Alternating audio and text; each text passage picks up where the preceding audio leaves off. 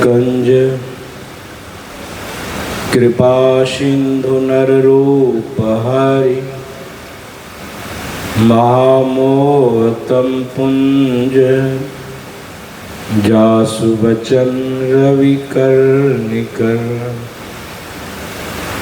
ज्ञान उदधि अरु ज्ञान घन सद्गुरु शंकर रूप नमो नमो बहुबारई सकल सुपूज्यन भूप नमो नमो बहुबारई सकल सुपूज्यन भूप। परम आदरणीय सत्संग प्रेमी सदात्माओं, माताओं तथा भक्तिमती बहनों, अभी मानस से आप लोगों को पाठ करके सुनाया गया। मानस ऐसा सद्ग्रंथ है, भारत ही नहीं पूरे विश्व में यह सद्ग्रंथ का प्रचार प्रसार होता है। ऐसा यह मानस है और मानस के जो मर्मी हैं, ज्ञानी हैं, इस आशय को लेकर भक्तों को सुनाते हैं, समझाते हैं। 9 प्रकार की भक्ति का वर्णन आप लोगों को भी करके सुनाया गया। भगवान श्री राम ने माता शबरी को माध्यम बना करके हम लोगों को उपदेश किया है। श्री राम ने, क्योंकि शबरी तो 9 प्रकार के भक्ति में निपुण थी।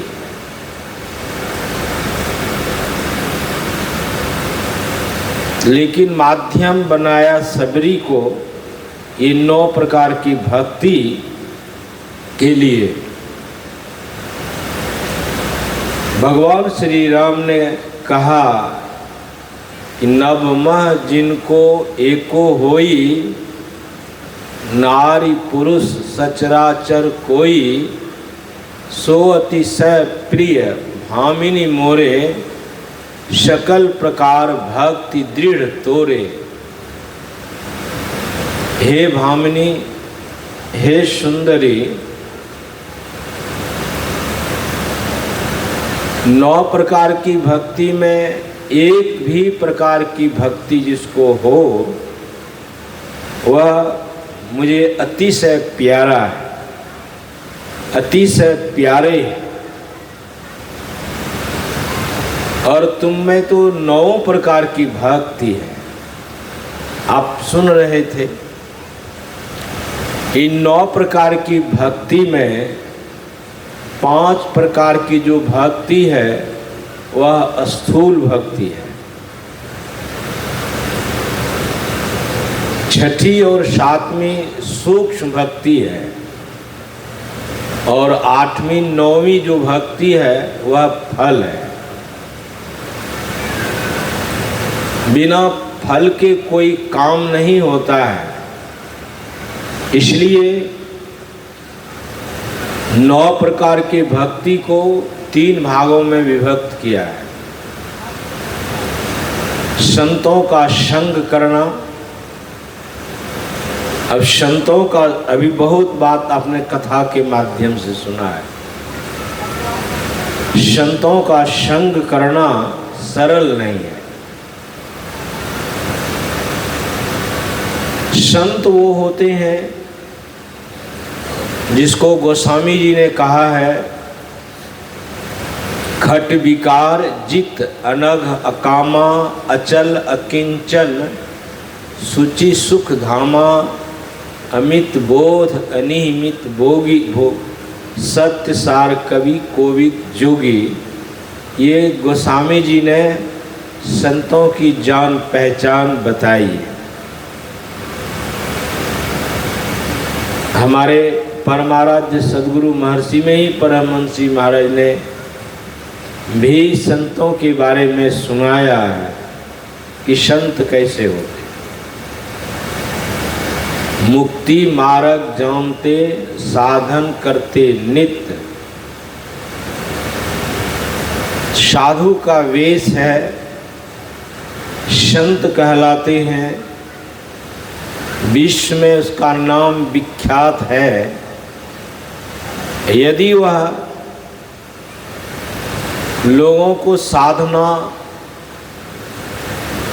भक्ति के बारे में सुनाता समझाता है लेकिन स्वयं नहीं करता है, इसी के लिए परमाराध्य हमारे सद्गुरु ने कहा कि मुक्ति मार्ग जानते। जो मुक्ति का रास्ता है वह भक्ति ही है। मुक्त सब होना चाहते हैं, सभी दुखों से छूटना ही मुक्ति है। लेकिन इस मुक्ति का रास्ता क्या है? वह मुक्ति का रास्ता है भक्ति। और यह जो भक्ति है लोगों को खूब बताते हैं, जैसे खूब सुनाते समझाते हैं, स्वयं नहीं करते हैं। तो पहचानना चाहिए। इसलिए मुक्ति मार्ग जानते। कौन जानते? जो संत होते हैं। जो मुक्ति का रास्ता भक्ति है उसको जानते हैं और स्वयं करते भी हैं। साधन करते नित्य, रोज साधना करते हैं। एक बार का प्रसंग है, हमारे परमाराध्य सद्गुरुदेव जी महाराज अखिल भारतीय महाधिवेशन था। लाखों की संख्या में वहाँ महाधिवेशन में लोग थे। बौद्ध धर्म के प्रचारक भिक्षु जगदीश काश्यप, जो उस समय प्रधानमंत्री थे जवाहरलाल नेहरू, उसके साथ बौद्ध भिक्षु कई जगह जवाहरलाल के साथ जाते थे बुद्ध का ज्ञान प्रचार प्रसार करने के लिए।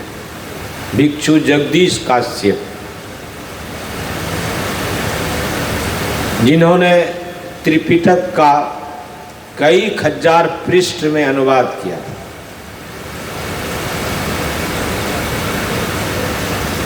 जब भिक्षु जगदीश काश्यप ने हमारे परमाराध्य सद्गुरु महाराज की प्रशंसा, ज्ञान आदि सुना, तो भिक्षु जगदीश काश्यप को हुआ कि देखना चाहिए। तो भिक्षु जगदीश काश्यप अपने साथी के साथ जहाँ महाधिवेशन था वहाँ आए। सभी हमारे माता बहन भाई कपड़े को ढककर साधना कर रहे थे अखिल भारतीय महाधिवेशन में। लाखों की संख्या में, कोई शोरगुल नहीं, हल्ला गुल्ला कुछ नहीं। भिक्षु जगदीश काश्यप को आश्चर्य लगा कि इतने लाखों की संख्या में है, सब कपड़े को ओढ़ कर क्या कर रहे हैं।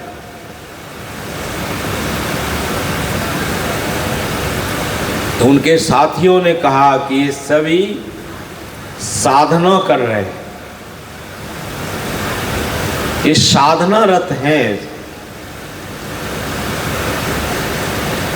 भिक्षु जगदीश काश्यप कहा कि इतने लाखों की संख्या में साधना कर रहे हैं। साधना सर्वोपरि है। भिक्षु जगदीश काश्यप को हुआ, अच्छा तो ये तो यहाँ सब साधना कर रहे हैं, महर्षि में ही परमहंस जी महाराज क्या करते हैं?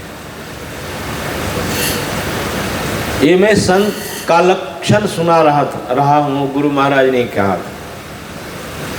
बहुत सारे संतों ने संत का लक्षण बताए।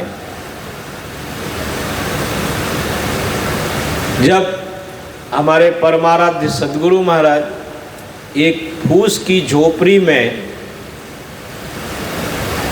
3 बजे भोर में ब्रह्म मुहूर्त में बैठ करके, ये सब यहाँ पंडाल में बैठ करके साधना कर रहे थे।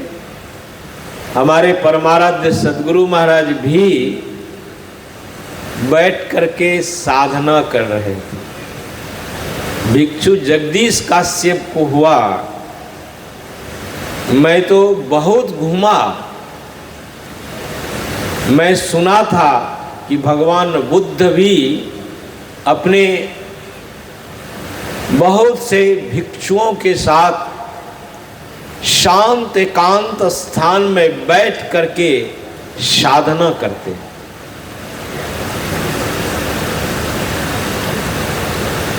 भिक्षु जगदीश काश्यप को हुआ कि मुझे तो बुद्ध मिल गए। कैसा आश्चर्य है! इसलिए गुरुदेव ने कहा है कि संत की पहचान है मुक्ति की बात करता हो और साधन नहीं करता हो तो वह संत नहीं कहला सकते। और एक रोज साधन करे और नहीं साधन करे, जीवन भर वह साधन करते हैं, क्योंकि बड़ों का अनुकरण हम छोटे लोग करते हैं। यदि बड़े लोग मात्र कहते रहें और कुछ करें नहीं तो वह योग्य नहीं है, वह गिर जाता है,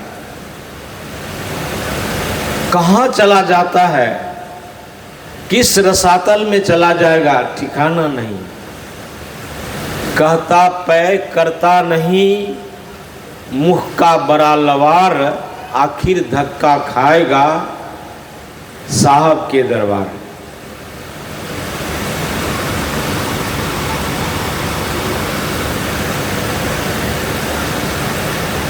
और संतों का सच्चित जग में रहते।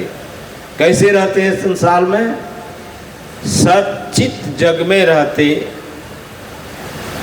हमेशा सच्चित, उनका जो चित्त होता है सत्य में लगा रहता है।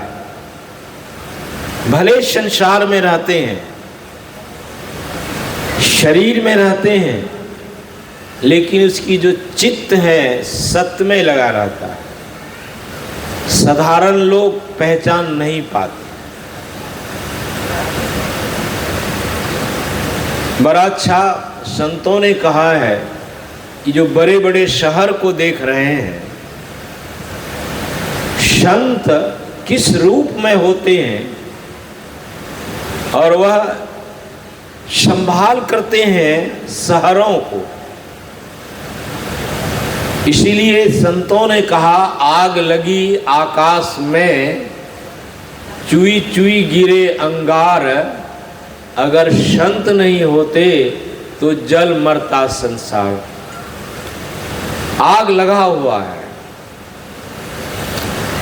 क्या हम देखते हैं आकाश में आग लगा हुआ है? क्या इस दृष्टि से देख सकते हैं? लेकिन संत की जो दृष्टि है वह देख रहे हैं कि आग लगा हुआ है, सब कोई जल रहे,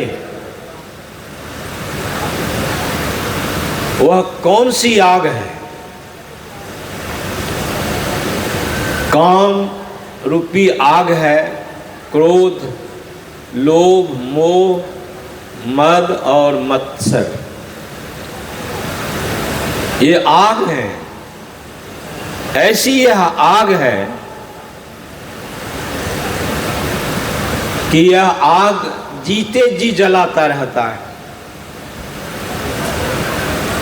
जिसको हम चिंता भी कहेंगे।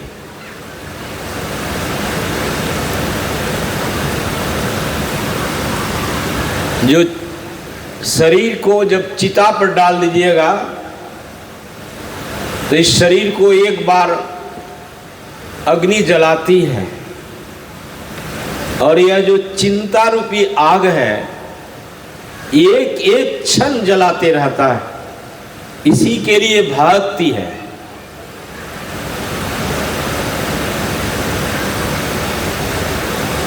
आग लगी आकाश में, चुई चुई गिरे अंगार, अगर संत नहीं होते जल मरता संसार।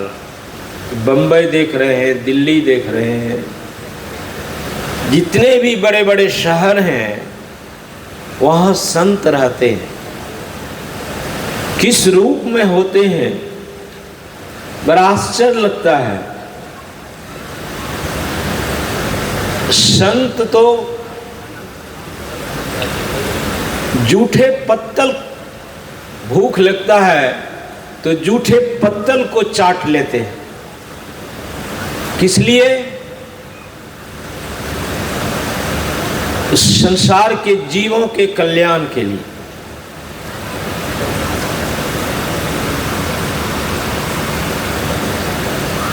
तो चाहिए कि यह जो संत होते हैं कैसे संत होते हैं।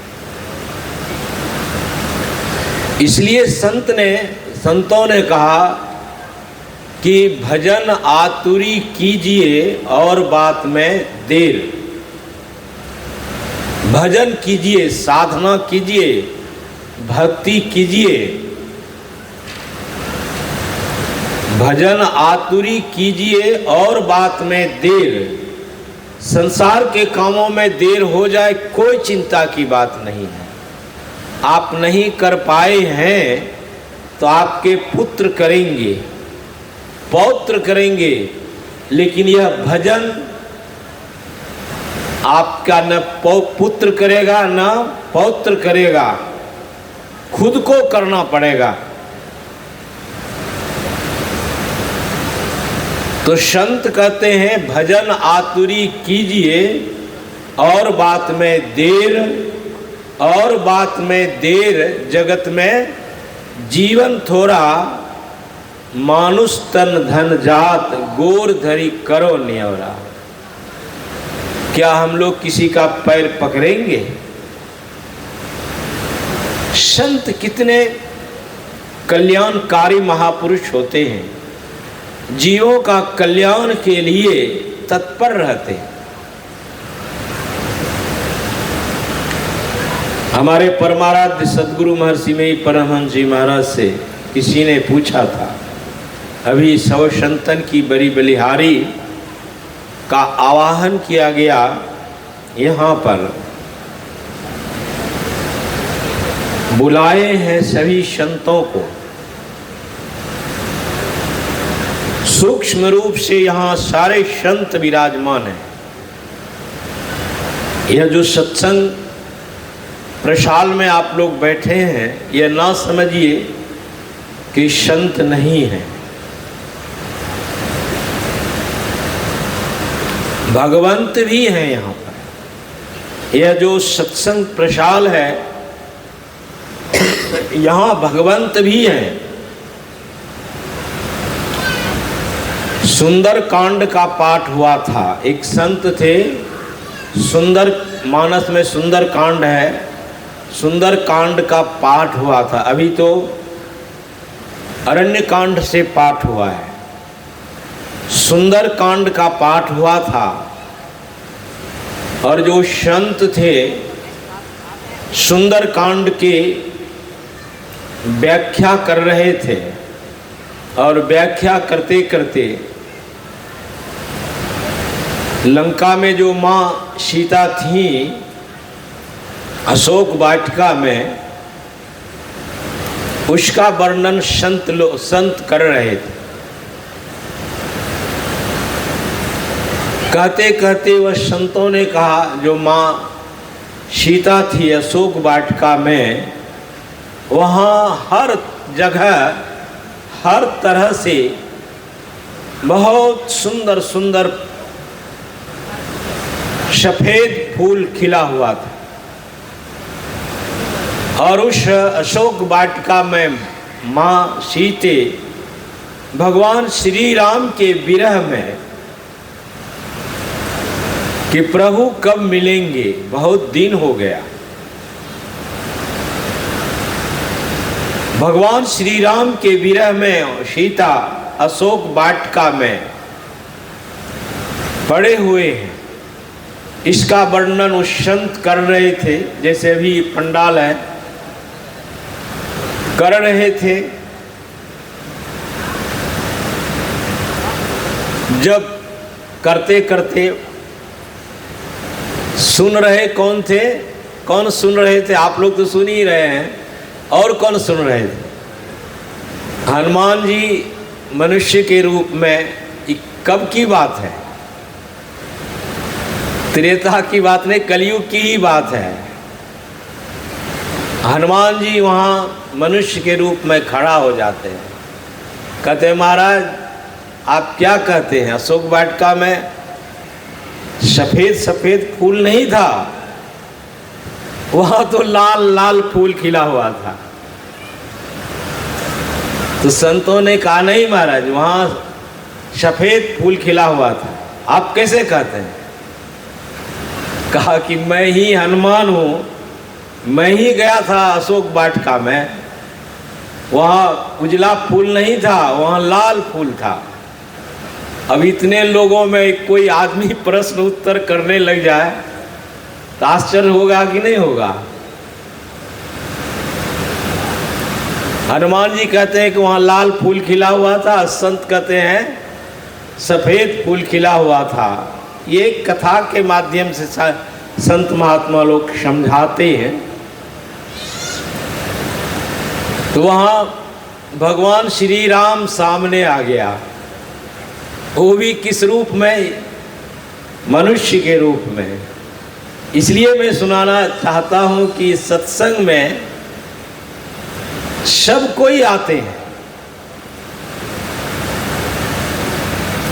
भगवान श्री राम ने कहा हनुमान, अरे वो संत ठीक ही कहते हैं। तो क्या मैं ठीक नहीं कहता हूँ? कहा हाँ तुम भी ठीक कहते हो। जिसकी दृष्टि जैसी होती है उसको वैसी ही सृष्टि मालूम पड़ती है। संत की जो दृष्टि है वह क्षम है, सदोगुनी दृष्टि है संत की, इसलिए उसमें क्षमता ही देखते हैं संत। और जो तुम्हारी दृष्टि वहाँ थी हनुमान तो अपने प्रकट कर दिया कि मैं ही हनुमान हूँ, राम जी ने प्रकट नहीं किया।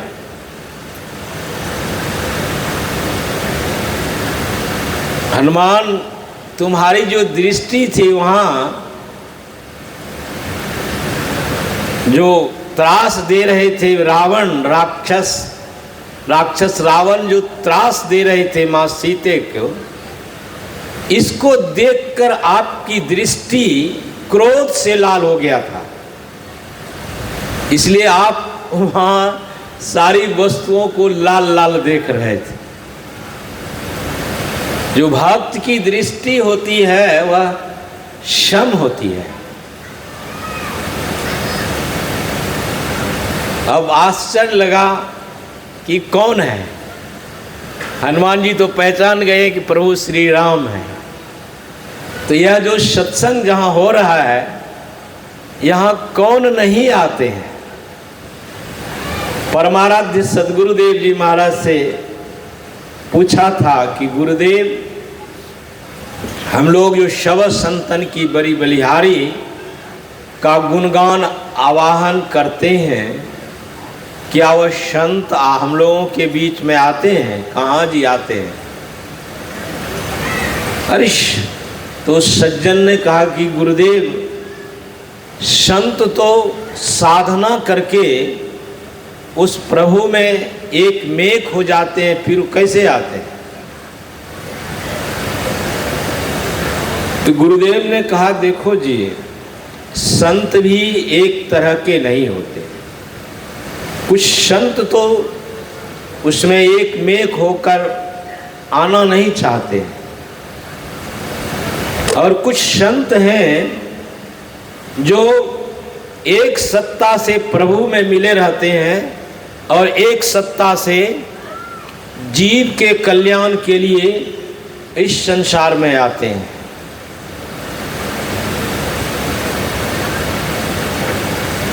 इसलिए हमारे परमाराध्य सद्गुरुदेव जी महाराज चलते चलते कहा था कि मैं नहीं चाहता हूं कि चला जाऊं, मैं चाहता हूं कि बार बार आऊं और बहुतों को यह भक्ति का रास्ता सुना समझाकर बहुतों को उस तत्व में मिला दूं। मैं भाव सुना रहा हूं गुरुदेव के, तो जो संत होते हैं वही मैं सुना रहा था कि यह जो आग लगे हुआ है, ये आग को बुझाने के लिए संत का प्रादुर्भाव होता है, भगवंत का भी आना होता है। जब जब होई धर्म की हानि, बाढ़े असुर अधम अभिमानी, तब तब हरि धरि विविध शरीरा। भगवान मानस में और गीता में भी कहा है, यदा यदा ही धर्मस्य ग्लानिर्भवति भारत अभ्युत्थानम धर्मस्य तदात्मानं सृजामि परित्रणाय साधूनां विनाशाय च दुष्कृतां धर्म संस्थापनार्थाय संभवामि युगे। तो संत और भगवंत समय पर आते रहते हैं, लेकिन संत तो सदैव रहते। यदि संत नहीं रहेंगे, यह धराशाही में चला जाएगा। इसलिए भगवान श्री राम ने प्रथम भक्ति संतन कर संगा की बात करी, लेकिन हम लोग संत को क्या जान सकेंगे कि संत कौन है, किस वेशभूषा में है, कैसे रहते हैं? नहीं पहचान होता है। तैलंग स्वामी जी महाराज थे, नाम सुने होंगे। तैलंग स्वामी जी महाराज कोई शरीर पर कोई वस्त्र नहीं रखते थे, प्रायः वह नदी के किनारे ही बसते थे। और यह भी कलयुग का ही समय है, जब हमारे देश में, हमारा देश गुलाम था, अंग्रेजों का शासन था।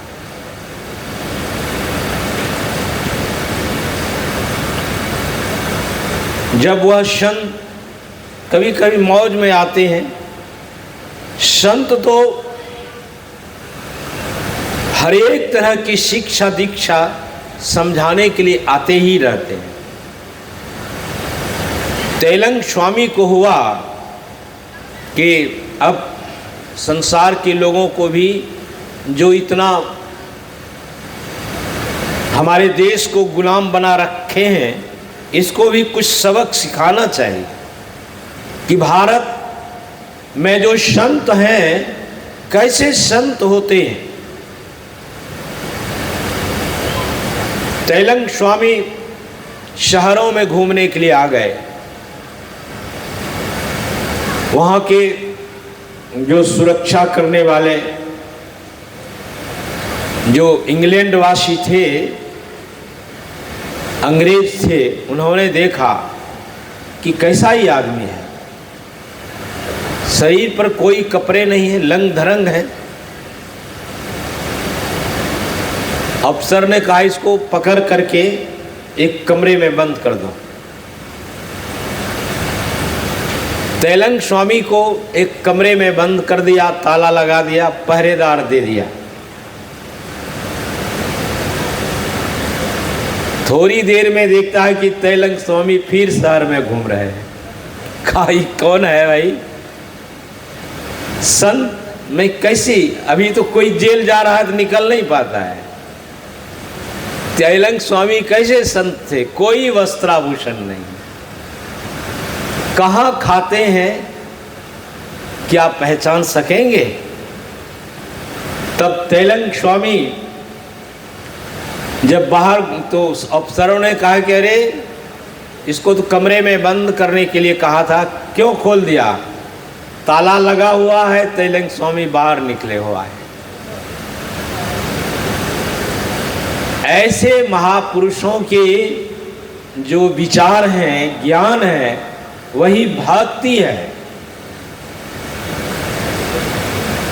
तेलंग स्वामी को फिर बंद कर दिया गया, और जब बंद कर दिया, एक ताला नहीं कई ताला उसमें लगा दिया। फिर तेलंग स्वामी बाहर घूम रहे हैं।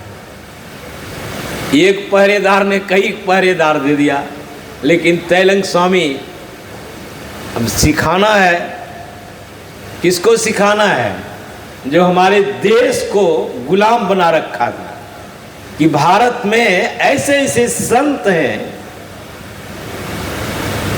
और तुम गुलाम बना के रखे हो।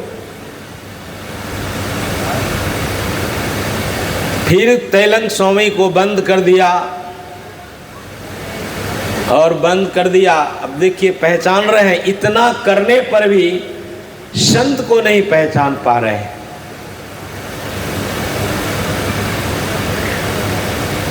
फिर क्या देखता आया अफसर, देखा कि पूरे घर में पानी से लबालब भर गया है। कहा रे यहाँ पानी कैसे आ गया? तेलंग स्वामी ने कहा मुझे पेशाब लगा था। कहाँ जाते तुम? तो ताला लगा रखा था।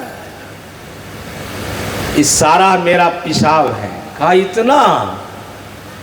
तो उसको आश्चर्य लगा कि कोई संत है। लेकिन संत को भी बिगाड़ने का ख्याल उसको हो गया। जो इंग्लैंड के अफसर थे, कहा महाराज आप तो कोई संत हैं? कहा नहीं नहीं, मैं कोई संत नहीं हूँ। संत तो अपने को छिपाए ही रखते हैं। नहीं महाराज, आप संत हैं। आप मेरे यहाँ भोजन करने जाएंगे? बोले हाँ, भोजन करने जाएंगे। उनका ख्याल था कि इसको बिगाड़ना है। कहा कि सुनो, पहले मेरे यहाँ भोजन करो, तब तुम्हारे यहाँ भोजन करूँगा। कहा ठीक है, पहले मैं ही भोजन करूँगा। उनको तो हुआ कि तेलंग स्वामी तो बढ़िया बढ़िया फल मेवा मिष्ठान खिलाएगा। और पता लग गया था तेलंग स्वामी को कि ये मांस मछली खिलाएगा। इसलिए तेलंग स्वामी ने कहा कि पहले मेरे यहाँ भोजन करो, तब तुम्हारे यहाँ मैं भोजन करूँगा। कहा ठीक है। जो अफसर था गया वहाँ तेलंग स्वामी के पास में, कहा महाराज मैं आ गया, खिलाओ।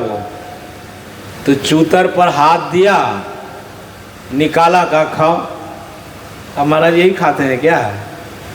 कौन सी था? निकला। संत कैसे होते हैं? कहा मैं यही खाता। वही निकाला, चूतर से जो मल निकला था, मल थोड़ी था। तो उनकी करिश्मा थी,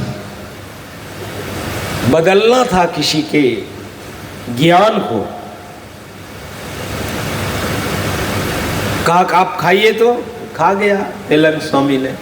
तो उनको हुआ कि भारत कैसा धर्म देश है, यहाँ संत रहते हैं।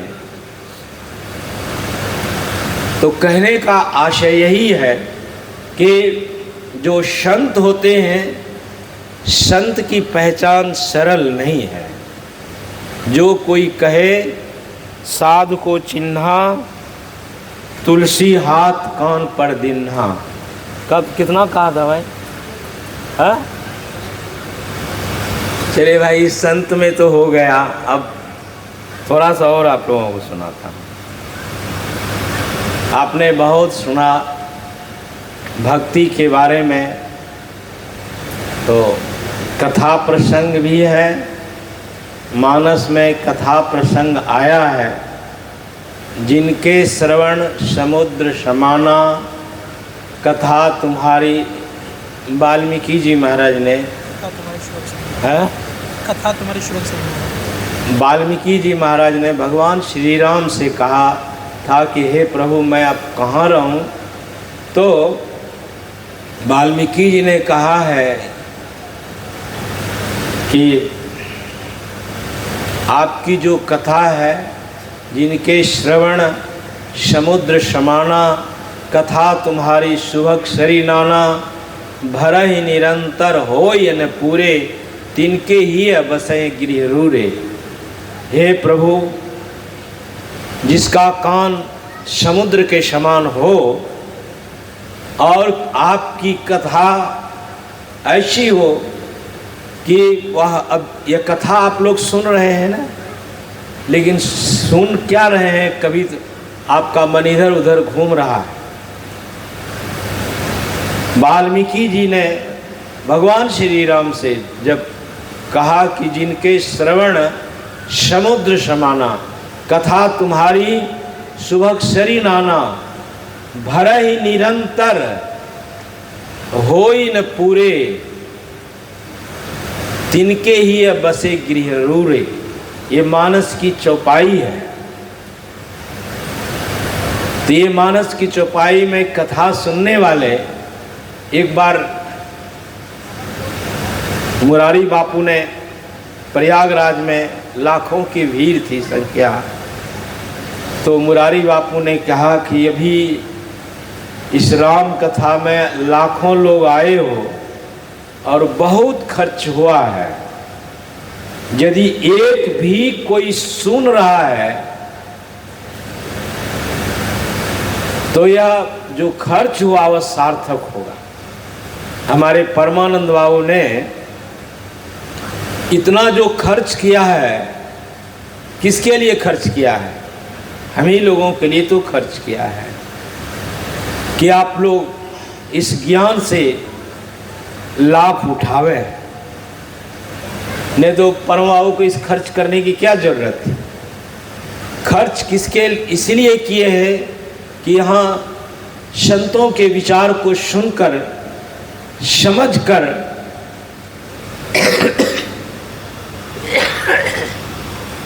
जीव का कल्याण हो, इसी के लिए यह इतना खर्च किया गया। तो मैं भक्ति, ऐसे गोस्वामी जी ने कहा है, रघुपति भगति करत कठिनाई। कहने में तो सरल है। गोस्वामी जी विनय पत्रिका में लिखते हैं, रघुपति भगति करत कठिनाई।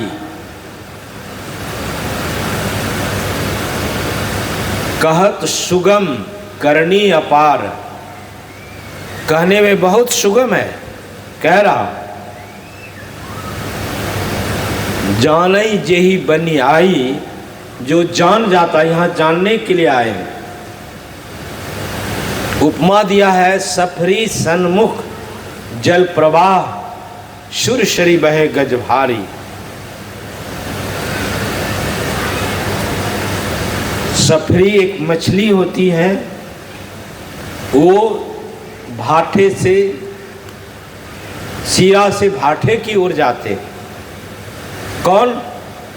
नहीं, भाटे से सिरा की ओर जाते। जो सफरी मछली होती, छोटी मछली है, वह किधर जाती है? भाठे से सीरा की ओर जाती है। मछली कौन है? हमारी जो सूरत है वही मछली है। सूरत रूपी मछली अभी कहाँ है? पूरे इंद्रियों में फैले हुआ है। इसका जो सिमटाव का विधि है या जो साधना है, इसी के द्वारा हमारे शरीर में जो यह सूरत फैली हुई है उसको समेटना है। सारे इंद्रियों से समेट करके कहाँ लक्ष्य है? सुषुम्ना में लक्ष्य है। हम जब आप सारे इंद्रियों से सिमट जाएंगे, सुषुम्ना में अपने को स्थिर करेंगे, तो आप सफरी मछली के रूप में हो जाएंगे। इसलिए गोस्वामी जी ने विनय पत्रिका में कहा, सफरी सन्मुख जल प्रवाह सुरसरी बहे गज भारी। जो हाथी है वह गंगा के बहाव में बह जाता है। क्यों? हाथी क्या है? वह गजराज हाथी है, बहुत विशाल है, लेकिन वह जल के प्रवाह में बह जाता है। फिर दूसरी उपमा गोस्वामी जी ने दिया, जो सरकरा मिल सिकता मह बलते नहीं बिलगावे, अति रसज्ञ सूक्ष्म पीपील का बिनु प्रयास ही पावे। बालू और चीनी को मिला दीजिए, क्या हम लोग निकाल सकते हैं? कौन निकालेगा? एक चींटी है, छोटी सी चींटी है, वह बालू से चीनी को अलग कर लेंगे। तो यह जड़ चेतन की जो ग्रंथि है, जो साधक भक्ति करके जड़ को अलग कर लेता है और चेतन को अलग कर लेता है, वही परमहंस कहलाते हैं। तो यही कार्य के लिए भक्ति है। तो समय हो गया है, फिर समय मिलेगा तो मैं यहाँ के रायगढ़ वासियों को सुनाना चाहूँगा कि आप लोग अधिक से अधिक आवें और संतों के जो विचार है उस विचारों को सुने। इसी के लिए मनुष्य शरीर प्राप्त है, नहीं मिलता है ऐसा अवसर। तो ऐसे अवसर में आप आते रहें और संतों के विचार को सुनेंगे तो आपको कुछ समझ में आएगा। श्री सद्गुरु महाराज की जय। श्री सद्गुरु महाराज की जय। जैसा कि हम सबको विदित है कि 4 दिवसीय साधना शिविर एवं संत मत सत्संग का भव्य आयोजन चल रहा है।